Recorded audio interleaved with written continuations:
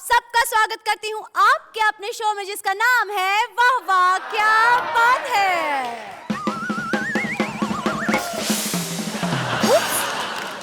ओह God, क्या हुआ? यूँ भागते भागते क्यों आए? अरे तुम होती तो तुम भी भागती। अरे मतलब क्या, ये आजकल के बच्चे, भाई पूछो मत क्या किया इन्होंने। क्यों क्यों क्या किया? अरे एक बच्चा छोटा सा घर की घंटी बजाने की कोशिश कर रहा था, बेचारा छोटा सा हाथ नहीं पहुंच रहा था, तो बोला मेरी मदद करो, और मैंने घंटी बजा दी। फिर मैंने कहा मैं चलूं, बोले चलो नहीं भागो, जिसका घर है वो पीटने आएगा। आप भी ना, अरे बच्चे शरारतें नहीं करेंगे तो कौन करेगा? बच्चों की छोटी छोटी शैतानियां ही तो हमें ज्यादा अच्छी लगती है। वैसे मैं तो मानती हूँ बच्चे भगवान का रूप होते हैं। आई लव बच्चे। अच्छा, मैं तो अक्सर कहता हूँ 1995 के बाद हमारे देश में बच्चे पैदा ही नहीं हो रहे, हमारे बाप ही पैदा हो रहे हैं। एक बच्चा आम के पेड़ पे चढ़ के आम तोड़ रहा था, तो एक नीचे से आ गया माली, बोले जूते मारूंगा, तेरे बाप से शिकायत करूंगा घर जाके। बोले घर मत जाना, पापा नहीं मिलेंगे। बोले क्यों? बोले पास वाले पेड़ पे वो भी आम तोड़ रहे हैं। ये है आज के बच्चे। लेकिन आज के बच्चों के लिए मैं सिर्फ इतना ही कहना चाहता हूँ कि न जाने ये किस दिशा में जा रहे हैं, और सबसे बड़ा जो इनमें गुण है वो इनकी मासूमियत ही है, और वो हम न छीने तो बेहतर। तब मुझे मेरी कविता की एक पंक्ति याद आती है कि इस जमाने में कुछ तो अच्छा रहने दिया जाए, इन बच्चों को बस बच्चा रहने दिया। क्या बात है, सही कहा आपने। और आज हम इन्हीं बच्चों पर बात करेंगे, और बच्चों पर जो बात करने बड़े आ रहे हैं वो भी माशाल्लाह काफी बच्चे हैं। हम स्वागत करेंगे उनका उस प्रोग्राम में जिसका नाम है वाह वाह क्या बात है। जिनकी नजरों ने दिल चुराया था, उनका बटवा चुरा के मैंने पूछा अपने पड़ोसी से, क्या हमारे पूर्वज बंदर थे? वे बोले तुम्हारे होंगे, हमारे पूर्वज तो अग्रवाल थे। बेटा कहाँ गया था पापा रामलीला देखने? आज क्या देखा बेटा? पापा ताड़का संवाद। फला बता, ताड़का कैसी थी? बिल्कुल मम्मी जैसी थी। ऐसी दी सौगात जो रोज ही मार लात, मैं फिर लाया हूँ बारात, ससुर जी दूसरी वाली दो, मुझे दूसरी वाली दो।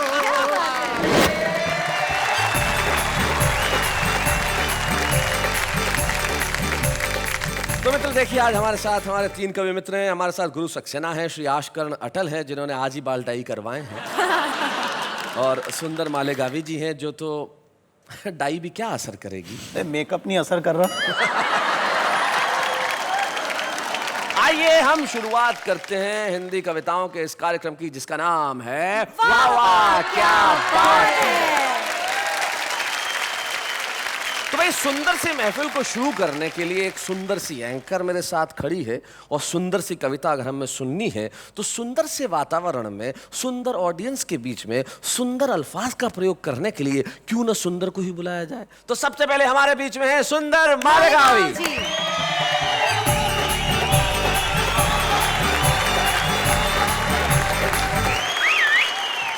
क्या बात है सुंदर साहब, आपको देख के तो लड़कियां भी सीटियां बजा रही हैं। और मैं आपकी जेलेसी भी देख रहा हूँ। ये सर, बच्चों की बात कर रहे थे जी, तो मेरे भी अपने जाती खुद के बच्चे हैं। व्यक्तिगत बच्चे जी, और एक आपकी तरह शरारती भी है। अच्छा, तो मैं सिंगल बार कर रहा था, सोच रहा हूँ थोड़ा सा हाइट बढ़ जाए, तो उसने मेरे बच्चे ने देखा, बोले पापा ये क्या कर रहे हो? मैंने कहा यार मैं हाइट बढ़ाना चाहता हूँ इसलिए सिंगल बार कर रहा हूँ। बोले पापा आप ऑलरेडी लंबे हो रहे हैं। अच्छा। मैंने कहा अच्छा, तुझे क्या समझ में आया? बोले देखिए ना, आपका सर बालों के बाहर आ गया।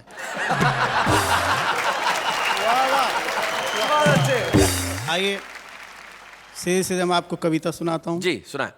किस्मत ने किस हसीन का शौहर बना दिया। किस्मत ने किस हसीन का किस्मत ने किस हसीन का शौहर बना दिया। किस्मत ने किस हसीन का शौहर बना दिया, अच्छा भला था साहब नौकर बना दिया।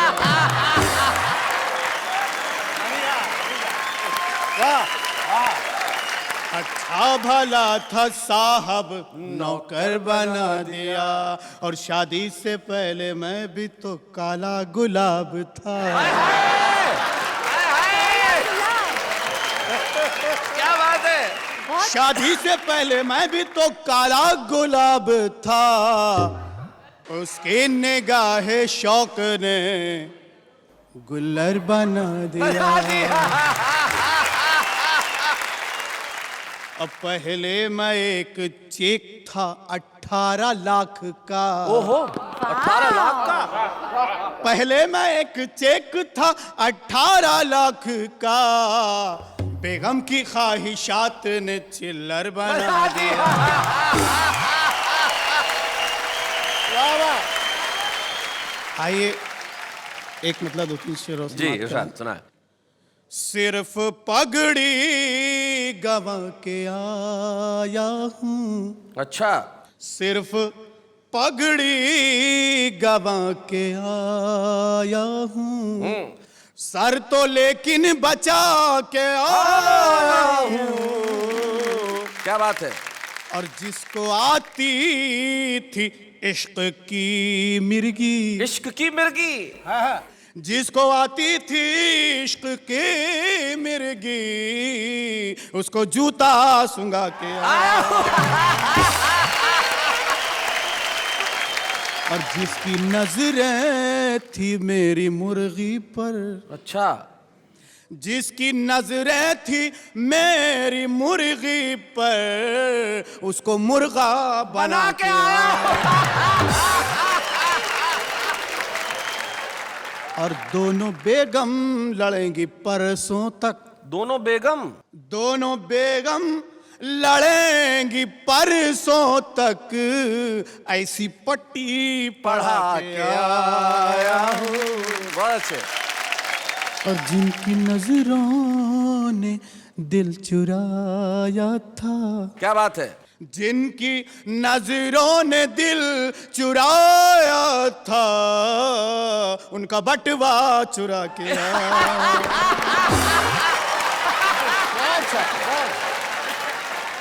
इसी काफिये में एक आध कोई और चीज जोड़ दीजिए। अच्छा। मैं तो सुंदर था पहले भी, आज पाउडर लगा के आया हूँ। आइए एक मतलब 2-3 शेर समाप्त कर लीजिए। इरशाद। आम खाती रही ओहो। बीवियां रात भर। अच्छा, आम खाती रही बीवियां रात आम भर। खाती रही बीवियां रात भर, मैं उड़ाता रहा मक्खियां रात भर। और दिल जलाती रही सालियां रात भर। दिल जलाती रही सालियां रात भर। साले करते रहे मस्तियां रात भर। क्या बात है। देखते देखते फिर सहर हो गई। सुबह, सहर मतलब सुबह। देखते फिर सहर हो गई। दोनों खाते रहे फलियां रात भर। और मुर्गा एक टांग पर सिर्फ सोता रहा। मुर्गा एक टांग पर सिर्फ सोता रहा। कुड़कुड़ाती रही मुर्गियां रात भर। के छटपकती रही अब के बरसात में। वाह वाह। छाता टपकती रही छटपकते रहे अब के बरसात में। लेके फिरता रहा गादियां रात भर।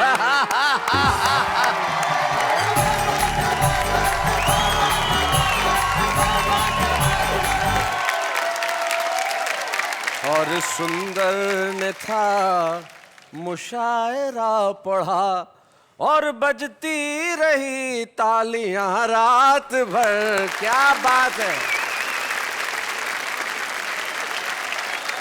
अटल जी क्या कहना चाहेंगे सुंदर जी की शायरी पे? इसमें आदमी करप्ट हुआ मैंने सुना है, लेकिन मक्खियां रात को सोती हैं, कभी उड़ती नहीं है जी। मक्खियां, ऐसी करप्ट मक्खियां आप कहां से लाए? अटल जी क्या है कि ये अपने अपने घर की तासीर होती है। अगर आपके घर की मक्खियां रात में नहीं जागती, इसका ये मतलब नहीं है कि सुंदर जी के घर की भी मक्खियां इसे कहते हैं गुरु का दिमाग। बिल्कुल सही कहा आप। देखिए मक्खियां, मुर्गे, मुर्गी, इतनी बात हुई, ये सब चीजें। और आप कहते हैं हास्य मुश्किल हो गया। बच्चे आजकल हास्य पैदा करते हैं। और वो भी एक छोटी बच्ची आई मेरे पास, आके मेरे को कहने लगी कि एक सवाल पूछूं। मैंने कहा पूछो। बोले एक हाथी है, 12 केले हैं, हाथी ने 11 ही केले खाए, बताओ क्यों? मैंने कहा भाई उसे भूख नहीं होगी? बोले नहीं, एक केला प्लास्टिक का था। मैंने कहा अच्छा। थोड़ी देर बाद फिर लौट के आई, बोले एक हाथी है, 12 केले हैं, हाथी ने एक भी केला नहीं खाया, क्यों? मैंने कहा केले प्लास्टिक के थे। बोले नहीं, इस बार हाथी प्लास्टिक का था। नेहा, तुम क्या कभी बचपन में इंटेलिजेंट थी? Of course. Ask my parents and my भैया. They used to be surprised. मैं क्लास में नंबर 1 आती थी और बहुत सारे प्राइजेस घर पे लाती थी। तो फिर बड़े होके क्या हो गया? Anyways, अब हम जिन्हें बुलाने जा रहे हैं वो काफी इंटेलिजेंट कवि हैं। ये वो व्यक्ति है जिसने जीवन की पाठशाला से बहुत कुछ सीखा और सीख के इस दुनिया को दिया। एक ऐसा हास्य कवि जिसके पास निश्चित तौर पे आज की तारीख में हिंदी हास्य कवि सम्मेलनों में जितने हास्य कवि हैं उसमें सर्वाधिक हास्य कविताएं किसी के पास अगर है तो वो आशकरण अटल हैं। आइए हम इस चिर युवा का स्वागत करें जिन्होंने अपनी उम्र बताने से मना किया है। आशकरण अटल।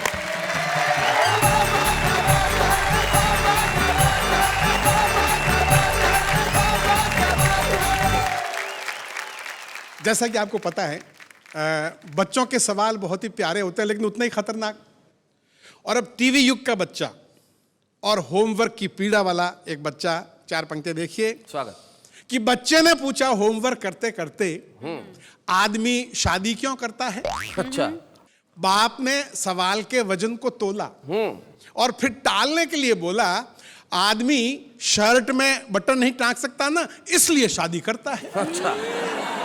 बच्चे ने फौरन दूसरा सवाल किया, फिर दर्जी क्यों शादी करता है? आपके सारे बहाने बेकार हैं, मेरा होमवर्क करके दीजिए। इस होमवर्क के लिए आप जिम्मेदार हैं। अच्छा।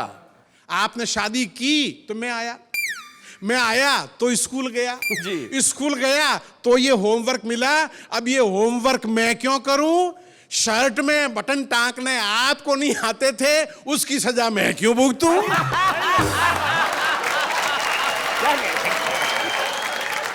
एक आपकी बड़ी प्रसिद्ध कविता है बुफे, उसका एक अंश हम जरूर सुनना चाहेंगे।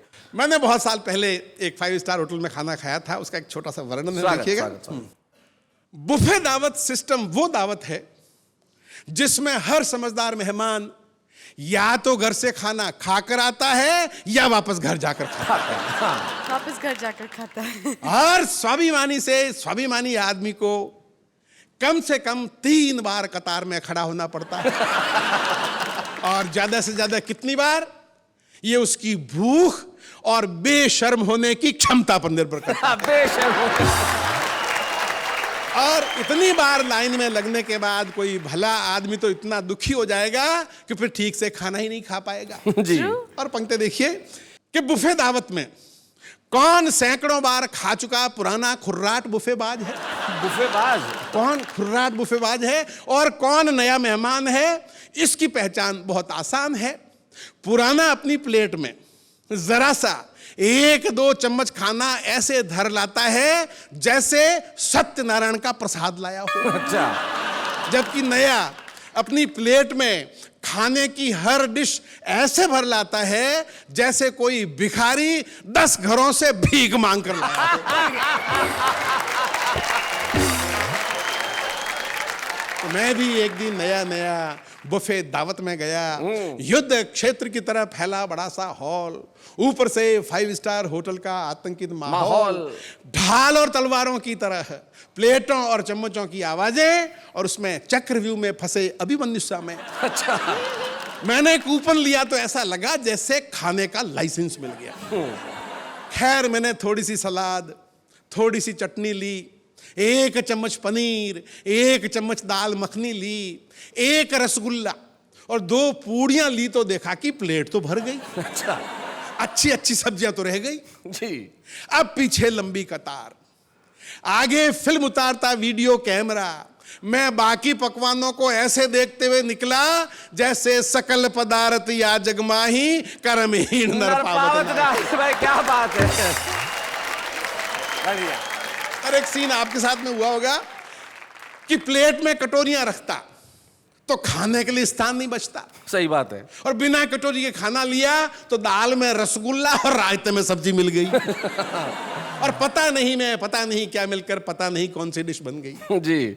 और बुफे दावत पे आपने देखा होगा वहां आदमी खाना खाने के लिए कम आता है, बातें करने के लिए ज्यादा आता है। अब मैं जो ही एक प्लेट में खाना भर के एक तरफ कोने में जाके खड़ा होके खा रहा था, एक भाई साहब आए और आते ही पूछा, आपने रसगुल्ला तो लिया ही नहीं। अच्छा। मन में आया बोल दूं, ये दाल और चटनी में डूबा पड़ा है वो रसगुल्ला ही है।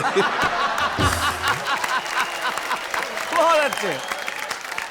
अंतिम पंक्तियां, वाह रे बुफे तेरी बलिहारी, उल्टी ही रीत है सारी, बचपन में गांव में सीखा था कि खाना हाथ धोकर खाओ, जूते उतार कर खाओ। क्या बात है? खाते खाते बातें मत करो और खाने के बाद अच्छी तरह कुल्ला करो। जी।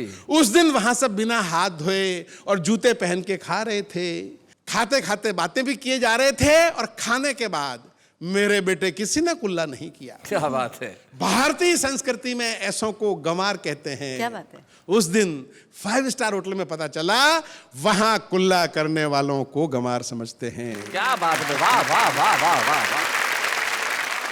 ये कविता जो अटल जी सुना रहे हैं, ये छत्तीसगढ़ में 11वीं कक्षा में हिंदी के पाठ्यक्रम में पढ़ाई जाती है, तो हमें लगता है आपको वो कविता जरूर सुनानी चाहिए। बहुत खूब। कविता का शीर्षक है, क्या हमारे पूर्वज बंदर थे।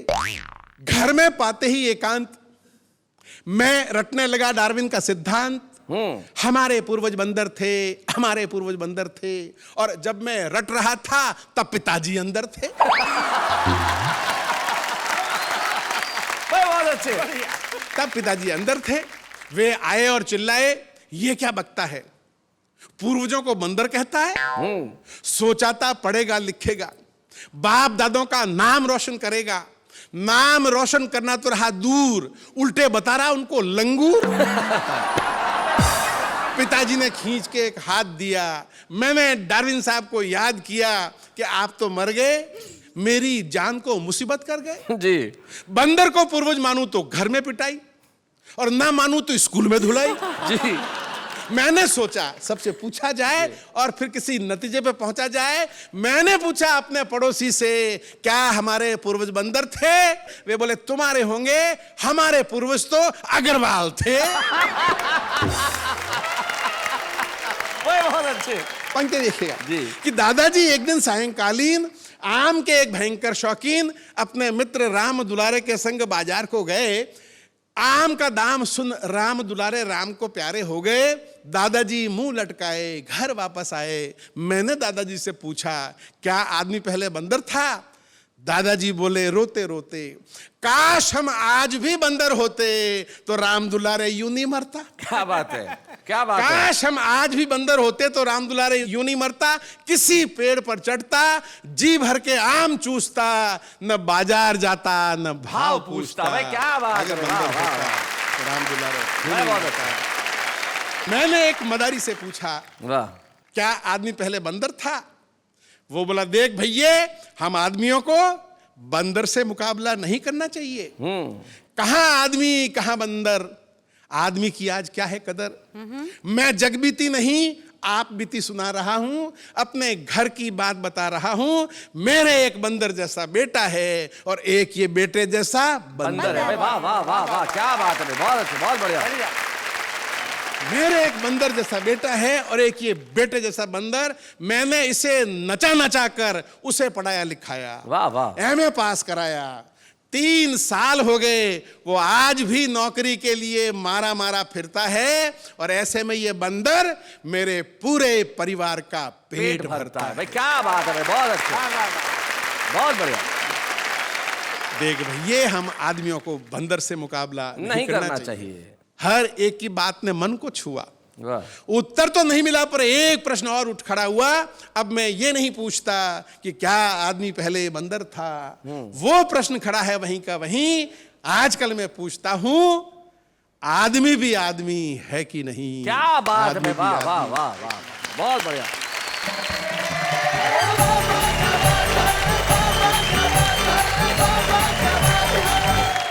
जैसे आप बुफे की बात कर रहे थे, तब जब लोगों के घर में खाने जाते हैं कुछ डिनर विनर पे, तो कई किस्से हो जाते हैं। मैं साउथ इंडिया में गया तो मेरे एक मित्र के घर खाना खाने गया, तो उन्होंने अपनी पत्नी को पहले ही समझा दिया था कि मुंबई से आ रहे हैं तो उनका लैंग्वेज थोड़ा सा हिंदी बोलते हैं, तो उनको आप हिंदी में कहिएगा खाइए खाइए शर्म मत कीजिए। उन्होंने अपनी साउथ इंडियन बीवी को बता दिया खाइए खाइए शर्म मत कीजिए। अब मैं गया, जैसे ही खाना खाने के लिए बैठा, वो आई, खाओ खाओ शर्म तो है नहीं। अब ऐसे में क्या किया जाए साहब? न खाते बनता है, न निगलते बनता है, न उगलते बनता है। लेकिन जिंदगी में जब ऐसे क्षण आते हैं तब ऐसा महसूस होता है कि भाई हंसी सबसे खूबसूरत चीज है, और जिसके पास हंसी है वो दुनिया का सबसे धनी व्यक्ति है। और एक धनी व्यक्ति हमारे सामने बैठा है जिनका नाम गुरु सक्सेना है। तो गुरु सक्सेना जी, आपसे ये अनुरोध है कि आप खरामा खरामा उस सोफे से उठिए, यहाँ पे आइए, कविताएं सुनाइए, और आप भाई जरा तालियां बजाइए। गुरु सक्सेना जी हमारे साथ आ रहे हैं।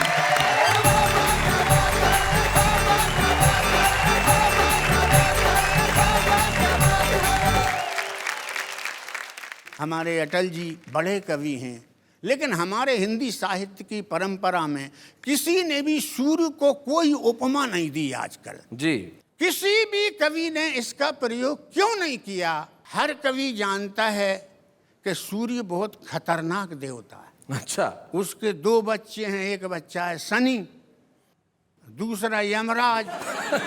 अब मान लीजिए कि अटल जी ने कोई उपमा शनि टाइप कर दी सूर्य के लिए, सूर्य का दिमाग खराब, उनका बेटा शनि वो आस्कर अटल मेरे को कोई उपमा में कह रहा था, एक राउंड मारे है जरा उसके घर। बच्चों के बारे में तरह तरह की बातें हुई। मैं भी बच्चों के बीच में पूरी जिंदगी रहा, उनमें अधिकांश बच्चे मेरे अपने थे। इसमें हंसी की कोई बात नहीं है, वसुदेव कुटुंबकम। मैं तो इन बच्चों को भी अपना ही मानता हूँ। भले ही अपना योगदान ना हो, लेकिन मान लेने में क्या हर्ज है। एक बात विशेष रूप से मैं ये बताना चाहूँगा कि बच्चों की कोई उम्र नहीं होती, साइज नहीं होती कि कितने बड़े बच्चे जी। इसलिए मैं आपकी मानसिकता धीरे धीरे वहाँ तक पहुँचाऊँगा। एक बच्चे का उदाहरण कि पिताजी आप जानते नहीं हैं कैसे पढ़ता हूँ, मानते नहीं हैं। हाँ, आप तो जबरदस्ती पढ़ाना चाहते हैं, शिक्षा के क्षेत्र में बढ़ाना चाहते हैं। जब मैं रहता हूँ क्लास में, मास्टर रहते हैं पास में, प्रश्न पूछते जब नहीं बनता है, तुम्हारा बेटा तब शिक्षक से सुनता है, सक्सेना पढ़ने में बहुत ही कच्चे हो, पढ़ोगे का खाक गधे के बच्चे। पढ़ोगे क्या खाक गधे के बच्चे हो। पिताजी गधा मेरा बाप है तो आप कौन हैं? अब मैं बहुत छोटे साइज के बच्चे की बात कर रहा हूं जिसको अभी संसार में कोई ज्ञान नहीं। जी। बेटा कहाँ गया था? पापा रामलीला देखने। आज क्या देखा बेटा? पापा ताड़का संवाद। तूने ताड़का देखी थी? हाँ पापा जी देखी थी। भला बता ताड़का कैसी थी? बिल्कुल मम्मी जैसी थी। जैसे कि कॉलेज में इलेक्शन होते हैं जी। अब मैं उस बच्चे की बात कर रहा हूँ। तो बच्चों के साथ में कुछ बच्चियां भी होती, आपस में बुझा रही थी पहेलियां। हाँ। सुभाष पार्क में बैठी थी 4 सहेलियां। एक बोली, इस चुनाव की लहर में हलचल मच रही है सारे शहर में, लगता है विरोधियों के घड़े रीतेंगे, चुनाव में गुरु सक्सेना जीतेंगे। अच्छा। दूसरी सहेली बोली, सबका चिंतन चाहूंगा। दूसरी सहेली बोली, अरे कौन से भावावेश में बह रही है, कल तक तो तू जीतेगा कहती थी, आज जीतेंगे कह रही है। भाई बहुत बढ़िया, बहुत अच्छे गुरुजी, क्या बात है भाई, वाह वाह वाह। और थोड़ी सी यात्रा आगे बढ़ाता हूं। भाई ने डार्विन के सिद्धांत की बात कही, मैंने भी कुछ विज्ञान के सिद्धांतों की बात कही जी। 2 बच्चे आपस में बात कर रहे थे। एक ने दूसरे से कहा, जब कोई छात्र किसी लड़की के भावों में पूर्ण या आंशिक रूप से डूबता है तो उसके अध्ययन में कुछ कमी आ जाती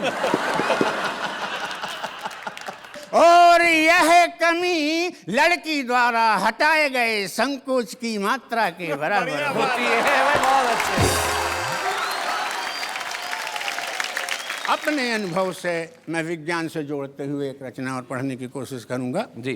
जब मेरी पत्नी पड़ोसिन की नई साड़ी देखती है तो हाँ।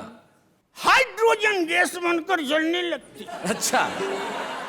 जब मेरी पत्नी पड़ोसिन की नई साड़ी देखती है तो हाइड्रोजन गैस बनकर जलने लगती है। उसका जलना देखकर पड़ोसिन और नई नई साड़ियां लाकर उसे दिखाती है, यानी कि ऑक्सीजन गैस बनकर उसके जलने में सहायता पहुंचाती। भाई बहुत अच्छे। इस प्रकार हाइड्रोजन और ऑक्सीजन, इन दोनों से बने हुए समीकरण के बीचों बीच मेरा सारा धन पानी बनकर क्या रह बात जाता है, वाह वाह वाह, बहुत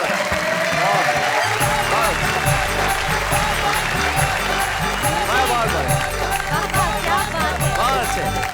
हमारे बच्चे बड़े समझेंगे इसको कि H2 यानी हाइड्रोजन, O यानी ऑक्सीजन, दोनों मिलके H2A यानी पानी बनता है, और उसका क्या बढ़िया आपने उदाहरण दिया, बहुत अच्छे, वाह। पता है, कभी कभी मैं सोचती हूँ कि ये बच्चे कैसे क्वेश्चंस करते हैं। क्या कुछ पूछ देते हैं। बच्चे कुछ भी कर सकते हैं, बड़े छुपे रुस्तम होते हैं ये बच्चे। अरे छुपे रुस्तम से मुझे ध्यान आया कि भाई हमारे आज का छुपा रुस्तम कौन है। तो राजस्थान के एक बेहद छोटे कस्बे से हमारे बीच में जो आज हमारे छुपे रुस्तम आ रहे हैं वो बड़े सुरीले हैं, और उनका नाम ही है संपत सुरीला। जोरदार तालियों के साथ स्वागत करें।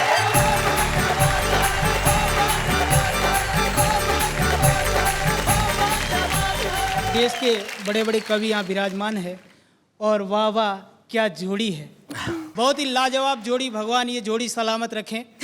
मैं चूंकि पति पत्नियों पर बात किया करता हूँ, मैं आपको बताऊं सच्ची घटना। एक बार एक आदमी की शादी हुई साहब। अब शादी हुई तो हुई, लेकिन उसके 6 के 6 साले, 6 के 6 पहलवान। अब 6 पहलवान भाइयों की इकलौती बहन, वो भी पहलवान नहीं, तो वो मरियल सा आदमी, जैसा वो कहती करता, जैसा वो नचाची नाचता। लेकिन आखिर मर्द का बच्चा था। एक दिन पत्नी ने गलती कर दी और उसने जोरदार उसको डांट दिया। वो रोते रोते अपने पहलवान भाइयों के पास गई कि तेरे जीजा ने मुझको डांटा। तो उन्होंने कहा, उस मच्छर की इतनी हिम्मत, तू जा घर पे और उसको भेज। वो घर जाके अपने पति से कहती कि मेरे भाइयों ने तुम्हारे लाड प्यार करने के लिए बुलाया है, आप वहां जाइए। वो दामाद की तरह सज सज कर जैसे ही ससुराल पहुंचता है, 6 के 6 पहलवान भाई उसके ऊपर टूट पड़ते हैं, उसका कचूमर निकाल देते हैं। थके हाल फटे हाल वापस घर आता है। पत्नी पूछती है क्या हुआ, तो पति जवाब देता है जी, हर पप्पू की मम्मी तेरे भाई कसाई है, दया नहीं आई, कर दी ठुकाई, अंग अंग तोड़ा मेरा, कर दी धुनाई, कर दी पिटाई।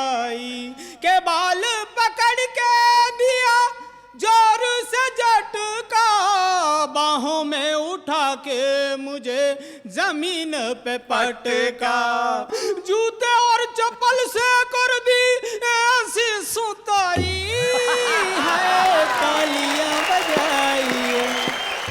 अब जब आदमी भाई साहब कुंठित हो जाता है तो उसके अंदर गलत गलत आइडियाज आते हैं। वो देखता है यार साले भी आए दिन सताते रहते हैं, पत्नी भी रोज पीटती रहती है, ससुर बेचारा अच्छा है कोई नई व्यवस्था कर देगा। तो उसने अपने 5-15 पत्नी पीड़ित लोगों को इकट्ठा किया, बैंड बाजा मंगाया, घोड़ी मंगाई, घोड़ी पे बैठ के ससुर के द्वार पे। तो ससुर ने कहा कि जमाई जी आज कैसे?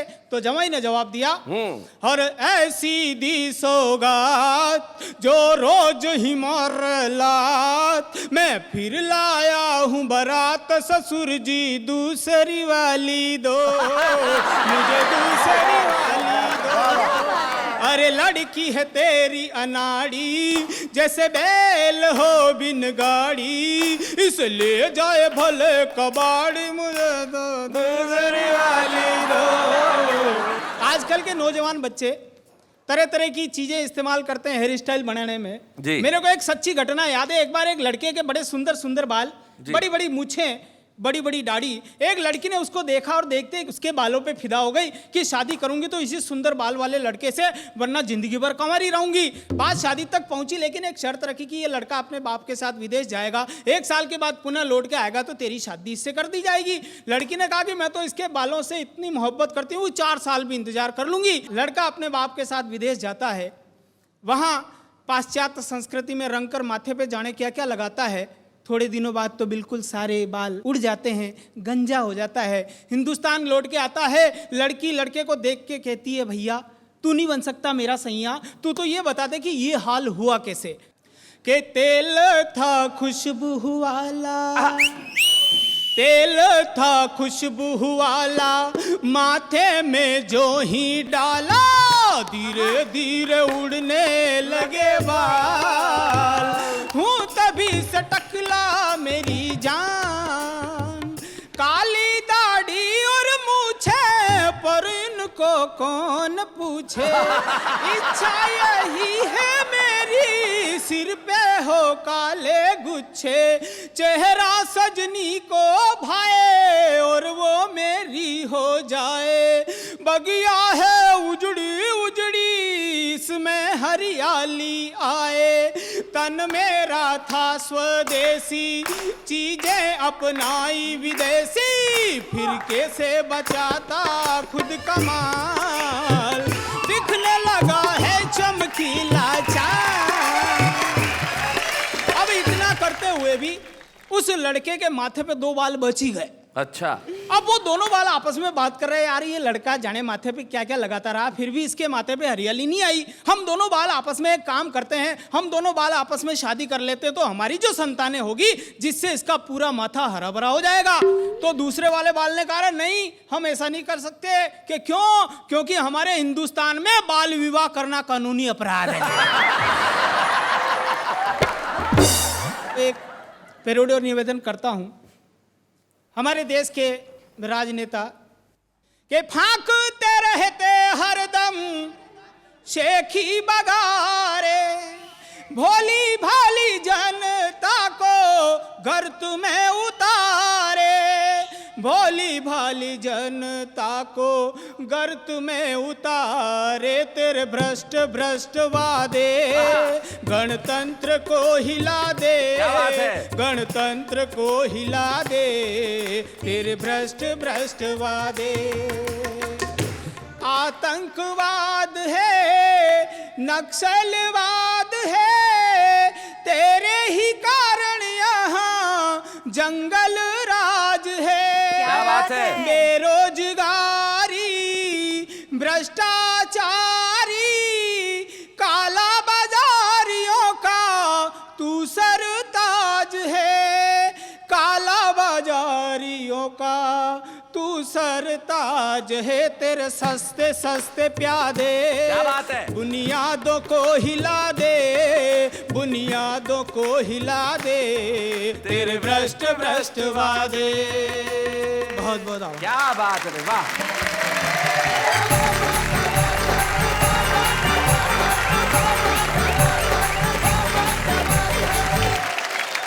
संपत बहुत बहुत बधाई आपको। जिस तरीके से आपने सुनाया, आपने जीवन के कई रंगों को जी। छुआ।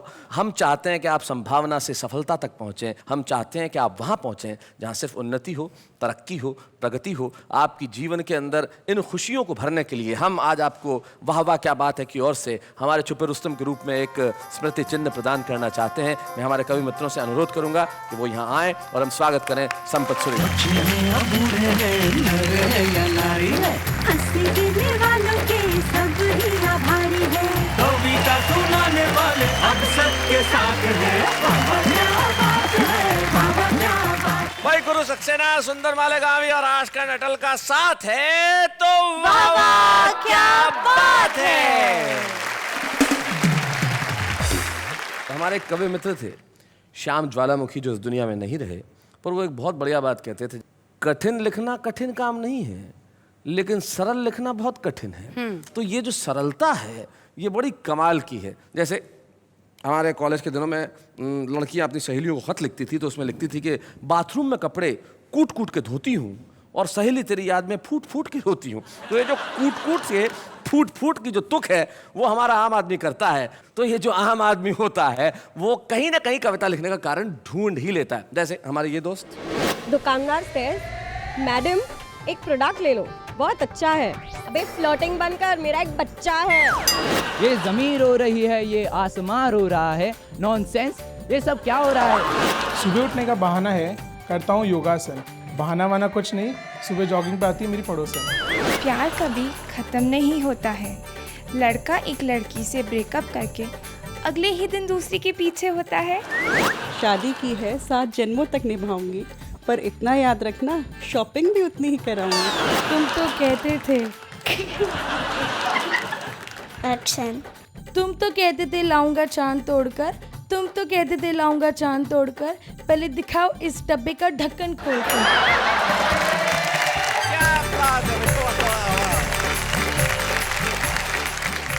वाह वाह इस हिम्मत के लिए। आम आदमी तो आम आदमी है, जो जैसा सोचेगा वैसा कहेगा, और असलियत तो वही है कि जैसा दिखता है अगर आदमी वैसा ही लिखता है तो वो सच है। जैसे अटल जी वो आदमी है जो किसी भी जगह से कुछ ना कुछ इलाज निकाल लेते हैं। जैसे एक बार एक भयानक डकैत इनके घर में घुस गया और पिस्तौल दिखाई इनको और भाभी जी दोनों को, और दिखाई और बोला सब कुछ दो नहीं तो गोली मार दूंगा, मार ही दूंगा गोली, बताओ अपना नाम क्या है। तो नाम बताने का भाभी ने कहा देखो देखो छोड़ दो जी, मुझे छोड़ दो, मेरा नाम सविता है। तो बोले छोड़ दिया। अरे अटल जी बड़े आश्चर्य में आ गए, बोले कैसे छोड़ दिया? बोले मेरी माँ का नाम भी सविता है और जिसका नाम मेरी माँ के नाम से मिलता हो मैं उसको कोई नुकसान नहीं पहुँचाना चाहता। तो अटल जी बोले कि नाम तो मेरा भी सविता है, लोग तो मुझे प्यार से अटल कहते हैं। तो आशकरण अटल, इनके जीवन की उपलब्धियों में एक उपलब्धि ये है कि छत्तीसगढ़ प्रदेश में 11वीं कक्षा में इनकी कविता पढ़ाई जाती है। ये ताली बजाने वाली बात है। ये अलग बात है कि ये खुद 10वीं पास है। भाई अटल जी मजाक की बात अलग है, हम आपसे मजाक कर लेते हैं कि आप सिर्फ 10वीं पास है, लेकिन सचमुच आपने जिंदगी की इन स्कूलों में जो सीखा है वो अद्भुत है। और हम चाहते हैं कि वाह वाह क्या बात है कि इस मंच पे हम आज आपको सम्मानित करें। तो आइए हम मिलकर सम्मान करते हैं आशकरण अटल का जोरदार तालियों के साथ। हंसी गिरने वालों के सब ही आभारी है, कविता सुनाने वाले अब सबके साथ हैं। बाबा क्या बात है, बाबा क्या बात है। आशकरण अटल जी के सम्मान के अवसर पर आज उनके परिवार के सदस्य उपस्थित है। उनका पोता दिग्विजय, उनकी बेटी महिमा और उनका भतीजा महिपाल। तनु, तुम्हारे दादाजी को तुम घर में क्या कह के बुलाते हो? जीसा। जीसा। जीसा इतने हंसी की बातें सुनाते, तुम्हें कभी कुछ जोक वोक सिखाया कि नहीं इन्होंने? मैं एक बार एक मास्टर अपनी क्लास को पढ़ाता है, बोलता है कि दिल्ली में कुतुब मीनार है। अच्छा। तो एक बच्चा सोता होता है, वो बोलता है कि हे तुम सो रहे हो, उठो, आज तुम्हारा पहला दिन है और पहले दिन में सो गए। हाँ। तो वे बोलता है कि नहीं सर, मुझे थोड़ी नींद आ गई थी ना, तो मैं थोड़ा आधा सो रहा था और आधा जाग रहा था। तो बोलो मैंने अभी क्या बोला? सर आपने बोला कि दिल्ली में अभी कुत्ता बीमार है। बहुत अच्छे। महिमा, आपके पिता कवि हैं, तो कभी कुछ ऐसी घटना हुई जो इनके बारे में बड़ी रोचक हो? कवि है तो ह्यूमर तो रहता ही है। तो पापा की डांट में भी ह्यूमर है और पापा के प्यार में भी ह्यूमर है। अच्छा, डांट में भी ह्यूमर है, कैसे? वो ऐसे कि स्कूल में सारे सब्जेक्ट्स में मुझे बहुत अच्छे मार्क्स मिलते थे, हिंदी को छोड़ के। हिंदी को छोड़ के? अच्छा। तो जब मैं घर आती थी, उनको बोलती थी, तो ये मुझे बोलते थे कि क्या बेटा तू हिंदी का खाती है, हिंदी का पीती है, हिंदी के ही कपड़े पहनती है और हिंदी में ही सबसे कम नंबर लेके आती है। बहुत अच्छे। महिपाल, आप क्या कहना चाहेंगे अपने जीसा के बारे में? कहते हैं कि कवियों की, लोग कहते हैं कि भाई इनकी इनकम क्या होगी, क्या है। बाकी सबसे रॉयल कवि है, रॉयल्टी से जिए जी। घर में भी वैसे ही और बाहर भी वैसे ही। इसमें कोई शक नहीं कि आशकर अटल बड़े शाही आदमी हैं। तो आइए मिलके हम एक बार कहते हैं वाह वाह क्या बात है। जाते जाते एक कवि की दो पंक्तियां मुझे याद आती है जो मुझे बड़ी खूबसूरत लगती है। वो कहते हैं कि नींद में जैसे बच्चा हंस दे, काश के ऐसे दुनिया हंस दे। नींद में जैसे बच्चा हंस दे, काश के ऐसे दुनिया हंस दे। गम का क्या है, और मिलेंगे, छोड़ उदासी, अच्छा हंस दे। तो हंसने के लिए अगले शनिवार रात 10 बजे हम दोनों होंगे साथ और आप कहेंगे वाह वाह क्या बात है।